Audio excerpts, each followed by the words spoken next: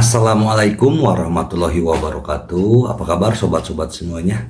Oke, sebelum dimulai ceritanya, jangan lupa untuk tekan tombol like dan berkomentar juga ya.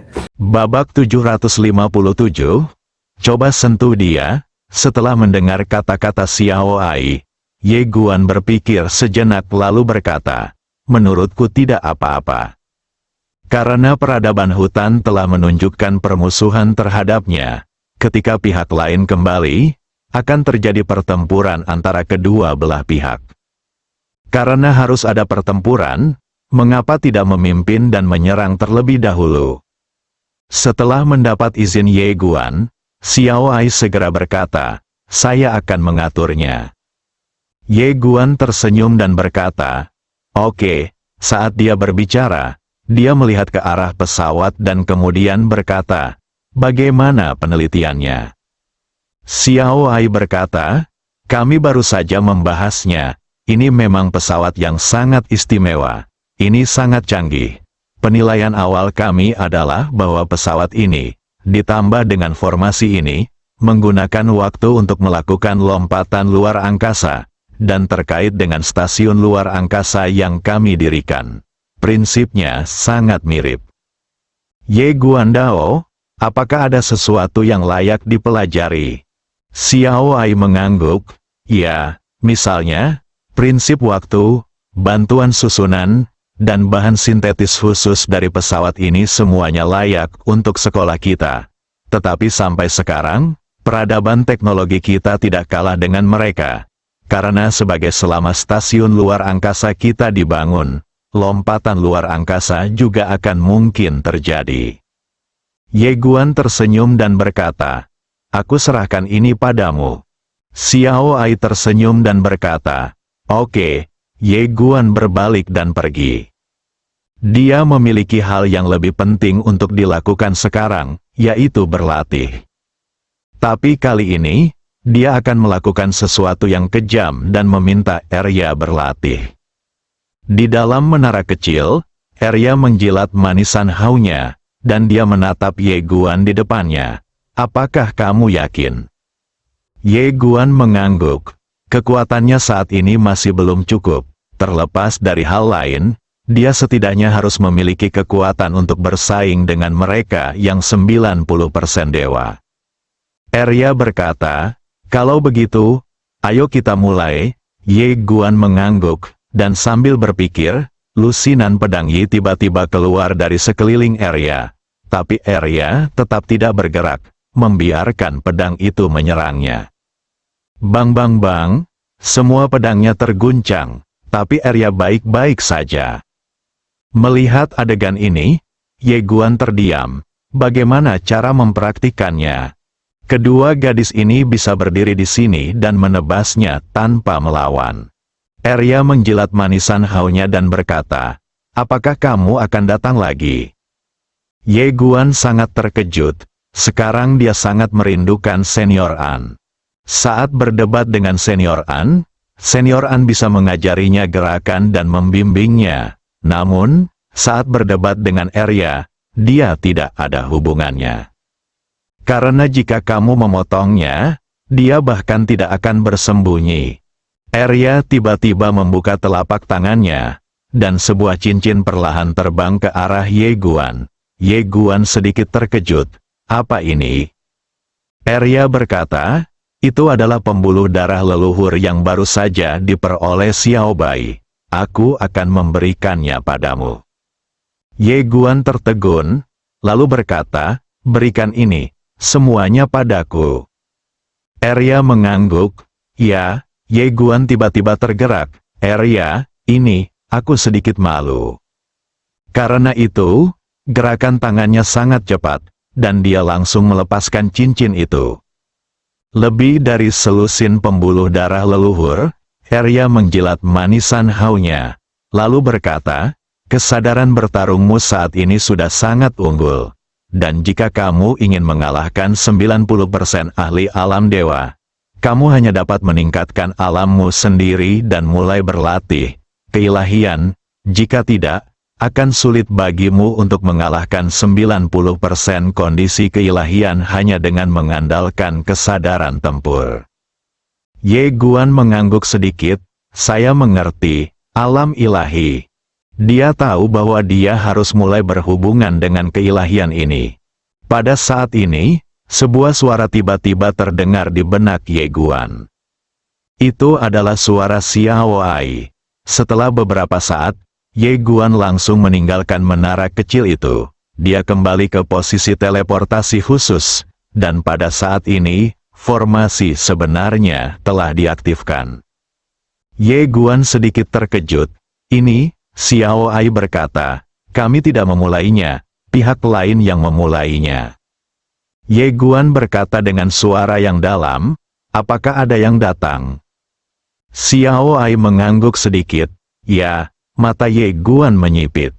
Pada saat ini, Shen Qi tiba-tiba muncul di lapangan. Dia melihat ke arah formasi yang diaktifkan, dan kemudian berkata, apakah ada seseorang dari peradaban hutan yang datang? Ye Guan mengangguk, ya. Shen Qi menoleh untuk melihat Ye Guan, apa rencanamu? Ye Guan berpikir sejenak dan kemudian berkata, saya sebenarnya ingin tahu mengapa mereka ingin kembali. Shen Qi tersenyum dan berkata, mungkin ada banyak alasan. Misalnya, alam semesta tempat mereka tinggal sekarang sedang mengalami kesengsaraan kosmik. Ye Guan tersenyum dan berkata, itu mungkin. Shen Qi melihat matriks teleportasi dan berkata, hampir sampai. Ye Guan menatap matriks teleportasi. Segera, sosok muncul di matriks. Saat berikutnya, seorang pria parubaya perlahan keluar darinya. 90% dari alam ilahi. Namun, itu bukanlah tubuh aslinya, hanya bayangan. Hal ini membuat Ye Guan sedikit terkejut. Kirimkan saja bayangan. Setelah pria parubaya itu muncul, dia melihat sekeliling, dengan sedikit kerumitan di matanya. Segera, dia melihat ke arah Ye Guan di bawah. Apakah kamu Raja Peradaban Guangxuan saat ini? Ye Guan sedikit terkejut. Apakah kamu mengenalku? Pria parubaya itu berkata dengan tenang, bagaimana menurut Anda? Ye Guan tersenyum dan berkata, katakan padaku alasanmu datang. Pria parubaya itu melihat sekeliling dan kemudian berkata, setelah kita kembali, hanya ada satu peradaban di tempat ini, jadi Anda memiliki dua cara untuk pergi. Yang pertama adalah menyerah, dan yang kedua adalah mengambil peradaban Guangxuan Anda. Bersamamu, hilang dari dunia ini. Oh, ngomong-ngomong, jika kamu ingin menyerah, kamu harus membawa kepala kakekmu. Jika tidak, kami tidak akan mengenalinya. Ye Guan tertawa. Pria parubaya itu menatap Ye Guan. Apakah menurutmu itu lucu? Ye Guan tersenyum dan berkata, kamu menginginkan kepala kakekku. Pria parubaya itu mengangguk. Setiap orang punya otak, dan sebagai imbalan atas kelangsungan seluruh peradaban Anda tetap mendapat untung. Ye Guan berpikir sejenak dan kemudian berkata, saya tidak bisa membuat keputusan mengenai masalah ini. Saya akan membawa kakek saya untuk berbicara dengan Anda ketika saatnya tiba. Bagaimana menurut Anda? Pria parubaya itu melirik ke arah Ye Guan dan berkata, oke, kalau begitu, jangan lewatkan janjimu. Ye Guan berkata dengan serius, jelas tidak. Pria parubaya itu menatap Ye Guan.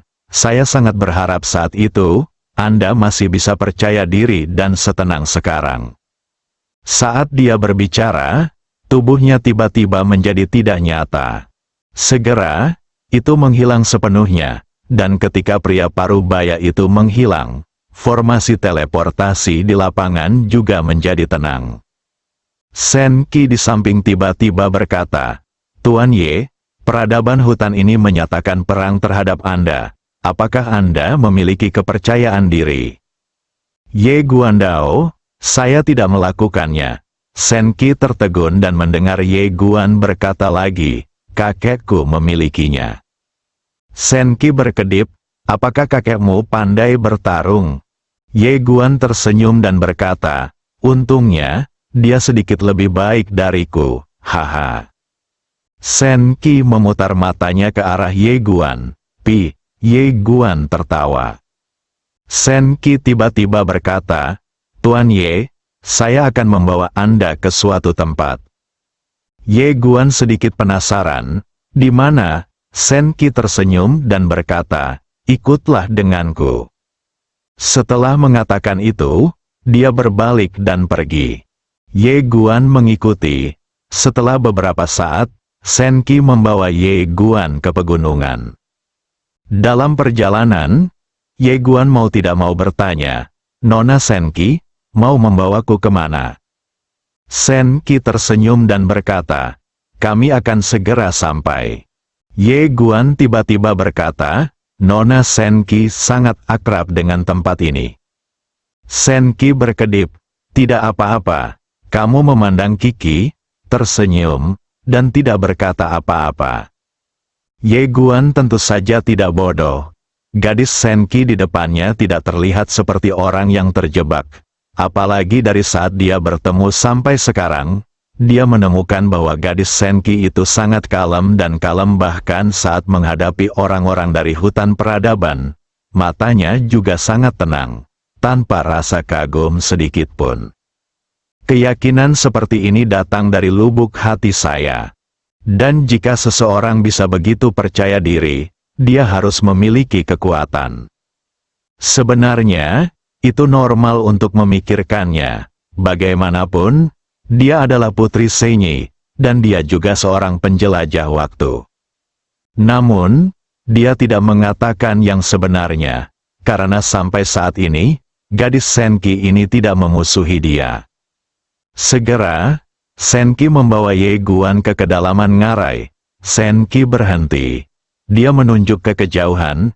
Ye Guan mengikuti jarinya dan melihat ada pohon kuno kering yang jaraknya ratusan kaki. Ye Guan sedikit bingung. Apa ini? Shen Qi tersenyum dan berkata, tahukah Anda bagaimana peradaban hutan muncul? Ye Guan berkata dengan suara yang dalam, bukankah karena pohon kuno ini? Shen Qi mengangguk, ya. Ye Guan tiba-tiba tertegun, pohon kuno ini. Shen Qi memandangi pohon kuno itu dan berkata dengan lembut, ini bukan pohon biasa, pohon kuno yang terkenal. Awalnya, peradaban hutan hanyalah sebuah peradaban kecil. Sampai suatu hari, mereka menemukan pohon kuno ini, dan kemudian dari sana ini pohon kuno memperoleh metode budidaya tertinggi. Setelah itu, mereka mulai meningkat dengan cepat. Ye Guan memandangi pohon kering itu dan mengerutkan kening, mengandalkan pohon ini. Shen Qi mengangguk, karena pohon dao kuno inilah peradaban hutan menjadi kuat. Metode budidaya peradaban hutan dan teknologi misterius yang mereka kuasai semuanya berasal dari pohon dao kuno ini. Ye Guan berkata dengan sungguh-sungguh, mereka tidak mengambil pohon itu. Shen Qi tersenyum dan berkata, karena pohon ini sudah mati. Terlebih lagi, pohon ini sudah tidak ada gunanya bertahun-tahun yang lalu. Bagi mereka, pohon ini sekarang lebih buruk daripada kayu sisa. Ye Guan berjalan ke pohon dao kuno dan melihat lebih dekat. Memang, pohon dao kuno itu benar-benar mati dan tidak bernafas sama sekali untuk perlahan larutkan. Ekspresi Shen Qi rumit. Siapa yang mengira bahwa pohon kuno yang layu di depan Anda adalah pohon dao kuno di masa lalu? Dan alasan mengapa peradaban hutan menjadi kuat dan lolos dari bencana adalah karena itu. Ye Guan tiba-tiba bertanya, kenapa dia mati? Shen Qi menggelengkan kepalanya. Saya tidak tahu, dan tidak ada catatan tentang masalah ini di peradaban hutan. Ini sangat aneh. Ye Guan berpikir sejenak. Lalu langsung memanggil Xiao Bai. Xiao Bai, bisakah kamu menghidupkan kembali pohon kuno ini? Xiao Bai berkedip, lalu menyentuh pohon daogu di depannya. Setelah beberapa saat, matanya perlahan tertutup, dan kemudian, energi misterius tiba-tiba menyatu ke dalam pohon daogu. Tidak ada gerakan pada awalnya, tetapi segera, pohon kuno itu mulai sedikit bergetar. Melihat pemandangan ini, Senki di sampingnya tercengang. Tetapi pada saat ini, perubahan tiba-tiba terjadi, dan pohon dao kuno tiba-tiba bergetar hebat. Kemudian, sebuah tangan layu muncul dari batang pohon dan langsung menuju ke pintu Ye Guan. Ekspresi Ye Guan tiba-tiba berubah drastis. Pada saat ini, dia merasakan krisis kematian yang belum pernah terjadi sebelumnya. Ledakan, pada saat ini, kepala Ye Guan tiba-tiba pecah, dan sebuah pedang pecah. Pedang berjalan, di saat yang sama, suara dingin tiba-tiba terdengar dari langit dan bumi. Coba pindahkan dia. Wanita dengan rok polos, ini adalah satu-satunya saat dalam sejarah di mana takdir dengan rok polos mengambil inisiatif. Bab 758, saya sarankan Anda memanggil saya Bibi saja. Tangan yang layu itu berhenti beberapa inci dari alis Ye Guan. Terjadi keheningan. Kamu melihat tangan layu di depannya. Tidak ada darah di tangan, seperti mumi. Tidak ada fluktuasi kekuatan di tangan. Tapi itu membuatnya merasakan krisis kematian yang belum pernah terjadi sebelumnya. Dia belum pernah merasakan hal ini sebelumnya. Dan saat Bibi Sukun memilih untuk mengambil inisiatif, dia mengerti bahwa tangan layu di depannya pasti lebih menakutkan dari yang dia bayangkan. Itu bukanlah sesuatu yang bisa dia kalahkan sekarang. Di sampingnya, Senki melihat pedang berjalan di atas kepala Ye Guan. Ekspresinya lebih serius dari sebelumnya, dan hatinya dipenuhi dengan kekacauan. Putus asa, di depan pedang ini, dia secara tak terduga menemukan rasa putus asa muncul di hatinya. Bagaimana ini mungkin? Senki terkejut dan tidak bisa dipercaya pada saat bersamaan. Pada saat ini, tangan yang layu itu perlahan ditarik kembali. Krisis rasa kematian yang menyelimuti hati Ye Guan tiba-tiba menghilang, seolah tidak pernah muncul. Pedang Xingdao sedikit bergetar dan menghilang. Semuanya kembali normal. Ye Guan memandangi pohon dao kuno di depannya. Pada saat ini, pohon dao kuno secara bertahap mendapatkan kembali vitalitasnya, dan beberapa cabang dan daun mulai berubah menjadi hijau secara bertahap. Kehidupan baru, kamu mengerutkan kening dalam-dalam saat dia melihat pohon dao kuno yang secara bertahap hidup kembali. Alis Senki juga berkerut. Namun, dia bukan karena pohon kuno dao, dia sudah menduga kekuatan pohon kuno dao. Yang benar-benar mengejutkan dan mengejutkannya adalah pedang yang muncul tadi. Hanya satu pedang yang benar-benar menekan pohon dao kuno. Pada saat ini, dia tiba-tiba mengerti mengapa Ye Guan berani menghadapi peradaban hutan secara langsung. Ye Guan tiba-tiba berkata, "Xiao Bai, bisakah kamu berkomunikasi dengan pohon tao kuno ini?" Xiao Bai melirik pohon kuno itu, mengangguk sedikit, dan melambaikan kaki kecilnya. Setelah beberapa saat, bayangan melayang keluar dari pohon kuno itu. Bayangan itu perlahan mengeras. Tapi Ye Guan masih tidak bisa melihat penampilan orang lain dengan jelas. Roh pohon kuno Tao, dan Ye Guan bisa merasakan bahwa pihak lain sedang menatapnya. Ye Guan Dao, halo, bisakah kita ngobrol? Setelah beberapa saat, roh pohon kuno berkata, apa yang kamu bicarakan? Ye Guan tersenyum dan berkata, mari kita bicara tentang peradaban hutan. Ledakan, dalam sekejap, tekanan mengerikan tiba-tiba menyelimuti sekeliling. Ye Guan mengerutkan kening. Pada saat ini, Xiao Bai di samping tiba-tiba menunjuk dengan marah ke arah roh pohon kuno dan melambaikan cakar kecilnya dengan cepat. Jelas sekali, Xiao Bai sangat tidak puas dengan permusuhan roh pohon Daogu yang ditunjukkan 2 kali berturut-turut. Xiao Ta tiba-tiba berkata, biarkan aku menerjemahkannya untukmu. Maksud Xiao Bai adalah jika kamu berani menunjukkan permusuhan seperti ini lagi, dia akan menelan semangatmu, dia tidak bercanda denganmu. Setelah roh pohon kuno terdiam beberapa saat, permusuhan perlahan menghilang. Sen Qi di samping tiba-tiba tertawa dan berkata, "Dao Gushu, kamu mungkin salah paham. Kami bukan dari peradaban hutan, dan bagaimanapun juga, Bai Lingzu kecil inilah yang menyelamatkanmu. Bahkan jika kamu tidak berterima kasih, kamu tidak boleh menunjukkan permusuhan, kan?" Xiao Bai memandang Sen Qi dan melambaikan cakar kecilnya dengan cepat. Sen Qi berkedip, "Terima kasih."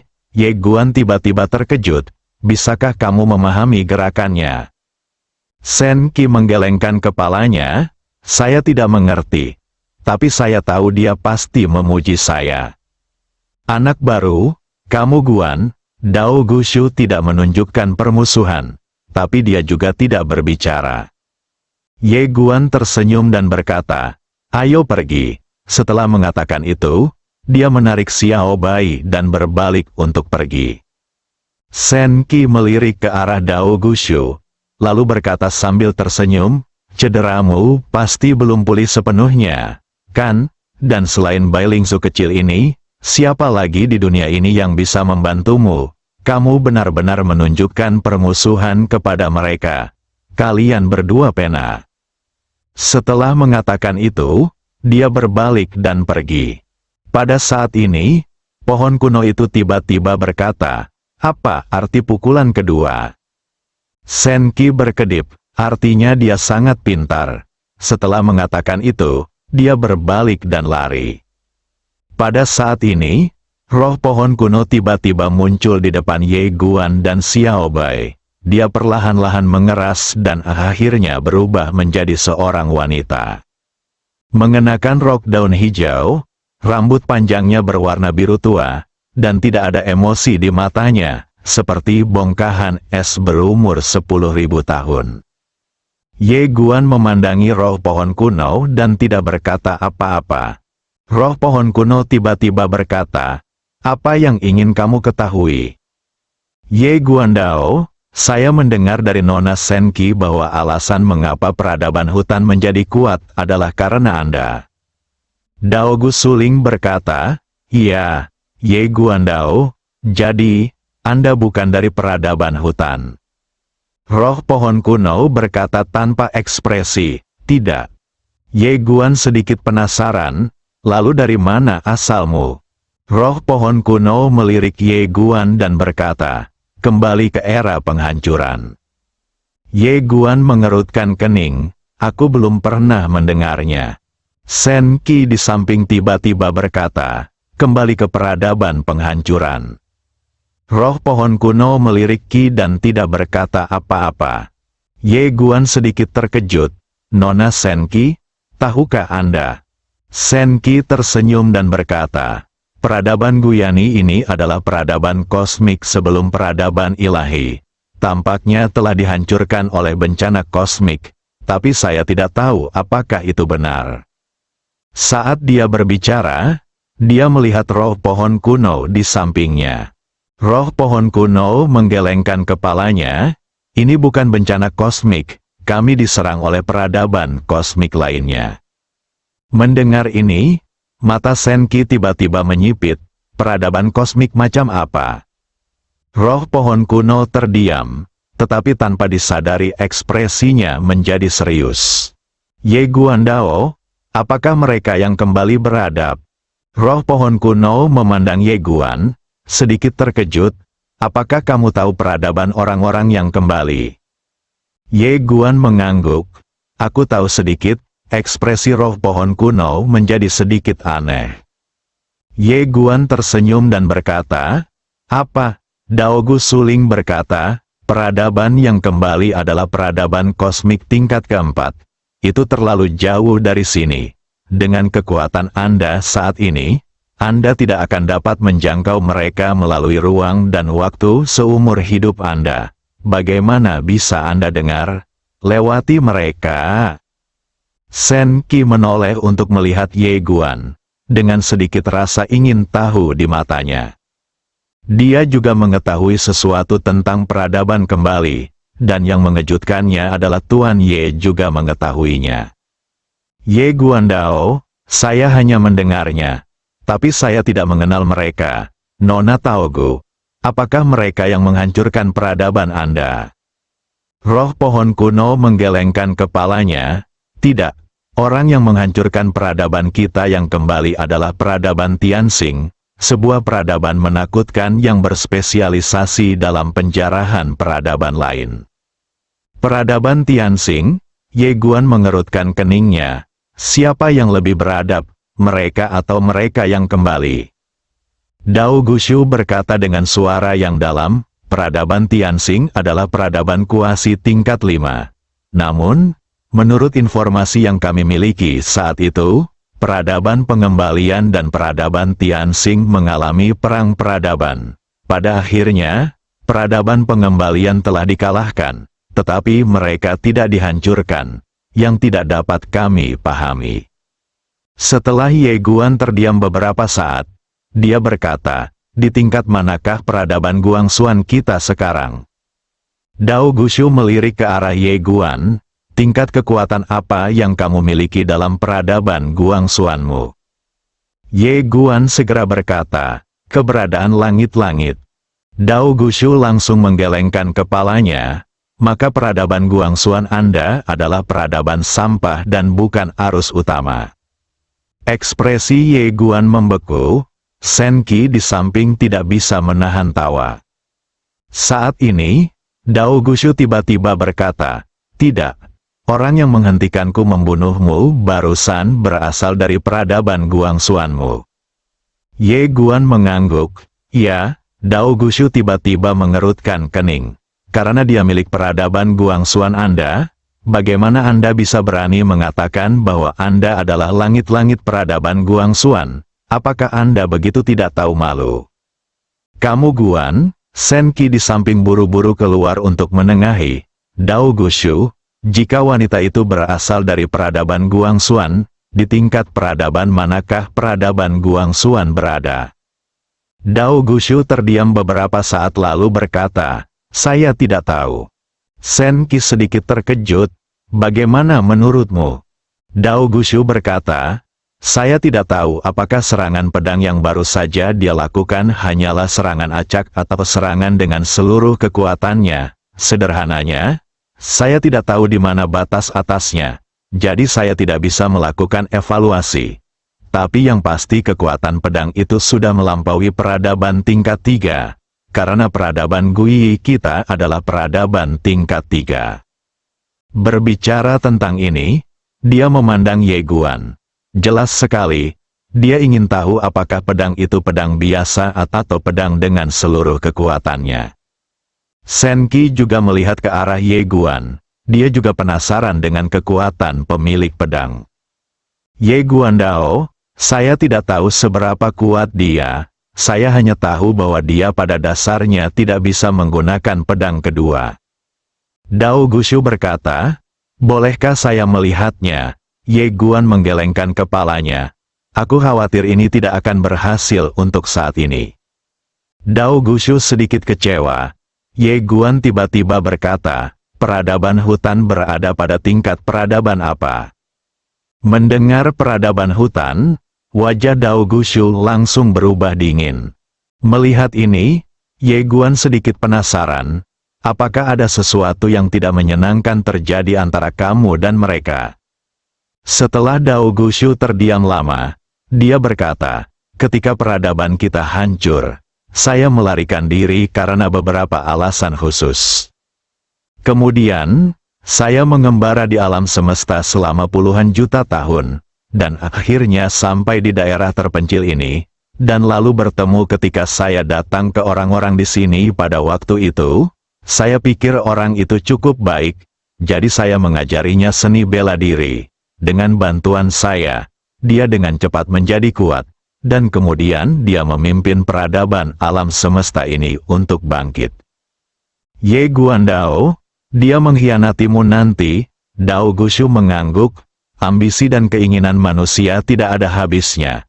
Kemudian, Dia menggunakan kepercayaanku padanya untuk menyerangku secara diam-diam dan secara paksa menyerap semua kekuatan spiritualku. Berbicara tentang ini, ekspresinya berangsur-angsur berubah menjadi ganas. Ye Guan terdiam.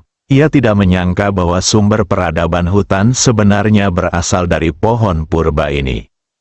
Sen Qi tiba-tiba bertanya, mengapa dia tidak membunuhmu sepenuhnya?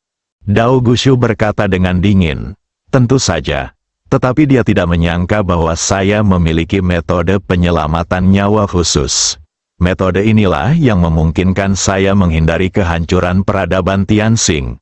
Namun, saya juga karena dia terluka parah, dia benar-benar koma. Baru sekarang dia dipulihkan oleh leluhur spiritual ini. Setelah mengatakan ini, dia melihat ke arah Xiao Bai di bahu Ye Guan. Terima kasih. Xiao Bai melambaikan cakar kecilnya. Dia masih belum memiliki kesan yang baik tentang pohon Dao kuno ini karena telah menyerang Ye Guan sejak awal. Ye Guan tiba-tiba berkata, mereka kembali sekarang. Dao Gushu mengerutkan kening. Apakah kamu akan kembali? Ye Guan mengangguk. Ya. Dao Gushu melirik Ye Guan. Siapa kamu?